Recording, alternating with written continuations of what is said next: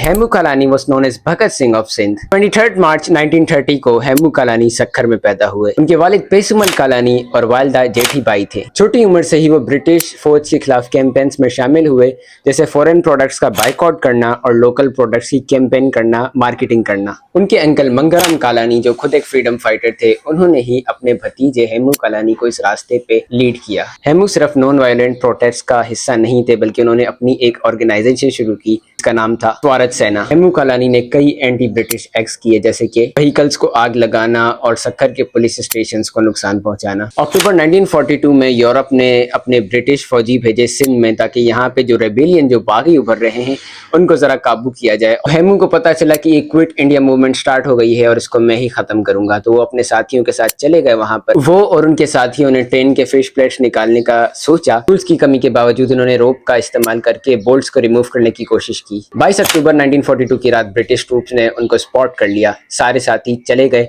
लेकिन हेमू बेचारे ट्रूप्स के हाथे चले गए। हेमू को ब्रूटल टॉर्चर किया गया ताकि वो अपने साथियों के भी नाम बताए, लेकिन हेमू ने ऐसा नहीं किया और इसकी पूरी जिम्मेदारी अपने सर पे ली। स्पेशल मिलिट्री कोर्ट में केस चला, क्योंकि सिंध तो मार्शल लॉ के अंडर था उस दौर में। इनिशियली उसकी सजा उम्र कैद थी, लेकिन तब के martial law administrator major general Richardson ने रेबेलियंस को रोकने के लिए, ये एक मिसाल कायम करने के लिए इनको डेथ सेंटेंस सुनाया। 21 जनवरी 1943 को सक्खर जेल में इनको फांसी दे दी गई। रिपोर्ट्स के मुताबिक हेमू फांसी घाट तक मुस्कुराते हुए गए। उनके हाथ में भगवद गीता की कॉपी थी और उनके लब पर इनकलाब जिंदाबाद के नारे थे। 2003 में इंडियन पार्लियामेंट में इनका 12 फुट का स्टैचू तामीर किया गया। इंडिया में कई रोड्स, पार्क और स्कूल भी इनके नाम पर आज भी हैं after partition. So that's why